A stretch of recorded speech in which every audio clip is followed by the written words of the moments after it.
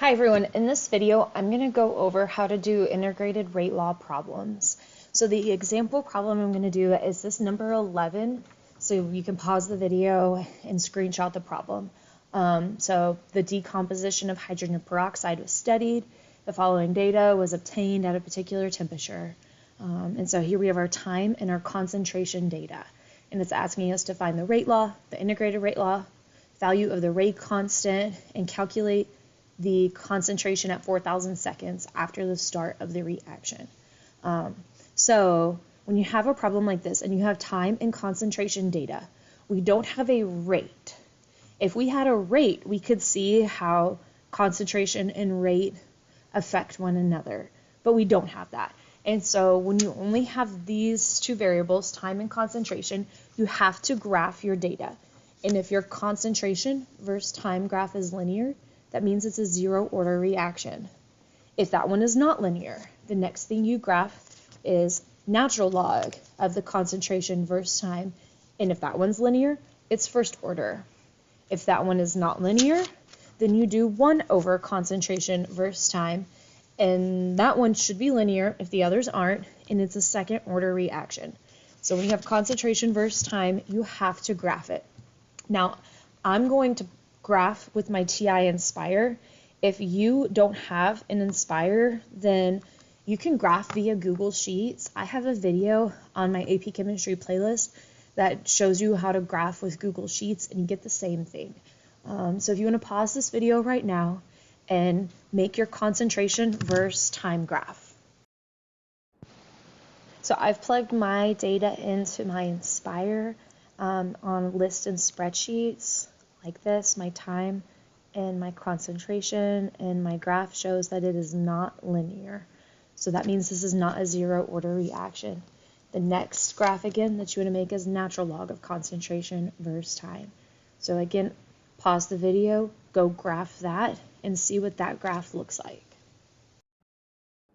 So now my Inspire is showing this is time and the natural log of concentration, and it looks pretty linear. I went ahead in my list and spreadsheet and made a last column D where I've taken the reciprocal of concentration to check for second order. So I'm going to check that really fast just to be sure. And yeah, it is not linear.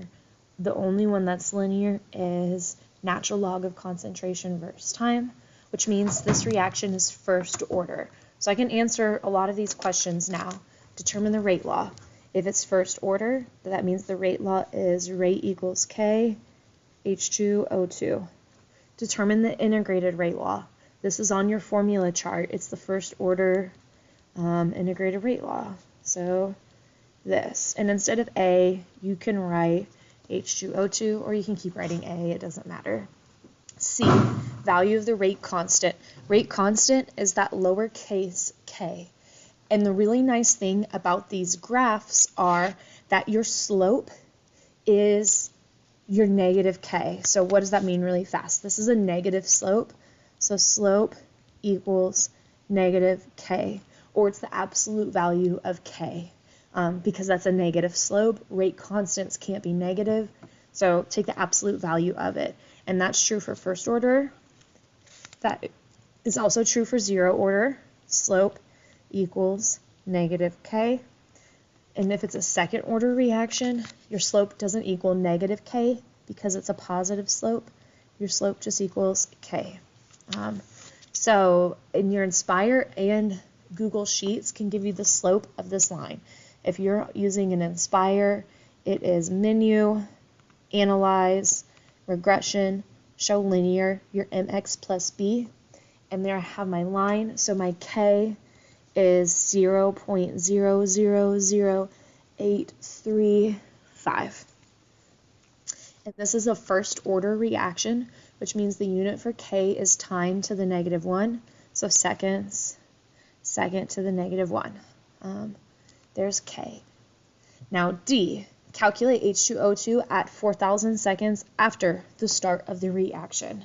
So we are looking for the concentration after the reaction has started. To do this, because it's time, I'm going to plug it into my integrated rate law. So I want to find the concentration at this time. I'm looking for my AT. And again, you don't have to call it AT. You can call it H2O2, it doesn't matter. So minus LNAO, well, at time 0, that's my initial concentration. So LN1 equals minus K. I have my K.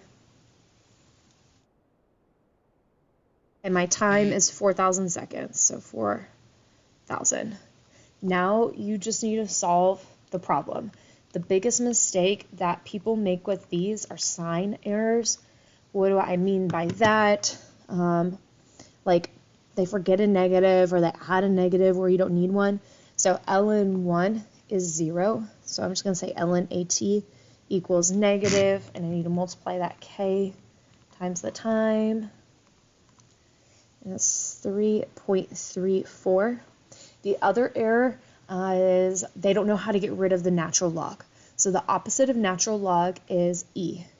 So AT will equal E to the negative 3.34. It's a lowercase e. It's usually the same button as ln. So like mine is right there. It's the lowercase e. And then I get my concentration, which is, at that time, it is 0.0354 molarity. Now, I always like to do what I call a common sense check. So if I look at my data, at 3,600 seconds, that's the concentration, 0.05. I'm finding the concentration at 4,000 seconds, so it should be smaller. This is smaller, so it's probably right. You should just always common sense check your work. Does it make sense with the data that you're given? So I hope this video was helpful in how to solve an integrated rate law problem for a first order reaction. I'm going to make a few more videos on integrated rate laws, so feel free to watch more if you need the help.